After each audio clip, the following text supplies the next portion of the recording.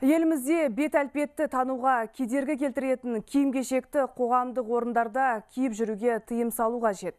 Бүгін мәжілістің жалпы отырысында дін істері және азаматтық қоғам министрі заң жобасына осындай өзгерістер енгізуді ұсынды.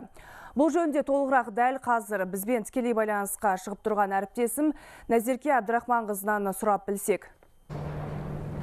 Қайырлы күн, Назерке, діни қызмет және діни бірлестіктер мәселелері бойынша заңнамаға бұдан өзге қандай өзгерістер енгізу қарастырылып отыр? Және ережеге бағынбағандарға қандай жаза қолданылады? Назерке?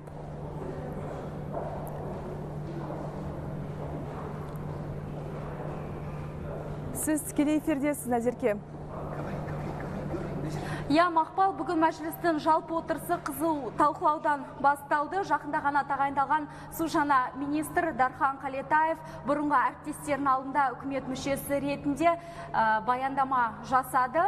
Ал енді Мақпал, сіздің сұрағыңызға ойыссақ, құжатта бет әлпетті тануға кедергі келтіретін киім-кешекті қоғамдық орындарда киіп жүргендерді әкімшілік жауапкершілікке тарту көзделіп отыр. Сондай 16 жасқа толмағандарға ата-анасы қарсылық білдірген кезде құдайға құлшылық етуге, діни жораларға, рәсімдерге және рәсімдерге қатысуына тыйым салу қарастырылған. Ал егер ата-анасы рұқсат берген жағдайда, онда өздері баламен бірге еріп жүруі қажет. Әйтпесе діни бірлестік басшысы заң алдында жауап береді. Ал діни жоралар мен рәсімдерді діни бірлестіктер уәкілеттік берген адамдардың ғана өткізуіне рұқсат беріледі. Некені қию рәсімін тек діни бірлестіктердің ғибадат ғимараттарында ғана өткізу ұсынылып отыр. Сондай-ақ діни бірлестіктер барлық кірістерінің көлемін жыл сайын ақпарат құралдарында жариялауы тиіс. Осы тұста заң жобасындағы басты жаңашылдықтар туралы министрдің пікірін тыңдап көрсек. Бүгінгі таңда мемлекеттің дін саласындағы саясаты еліміздегі түрлі этностар мен діни топтар өкілдерінің бейбіт өмір сүруінің конфессиялық келісімнің кепілі болып отыр деп толық сеніммен айта аламыз. Мемлекеттің діни бостандығын қамтамасыз ету саласындағы құқықтық базасы әлемдік демократиялық стандарттарға толықтай сәйкес келеді. Мұны осы бағытта зерттеу, тексеру жүргізетін халықаралық құқықтық ұйымдарда сарапшыларда растайды.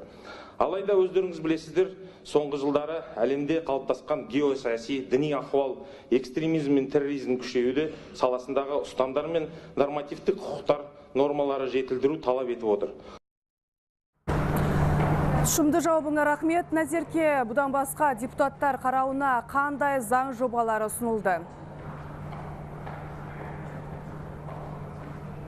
Мақпал, рахмет сұрағыңызға.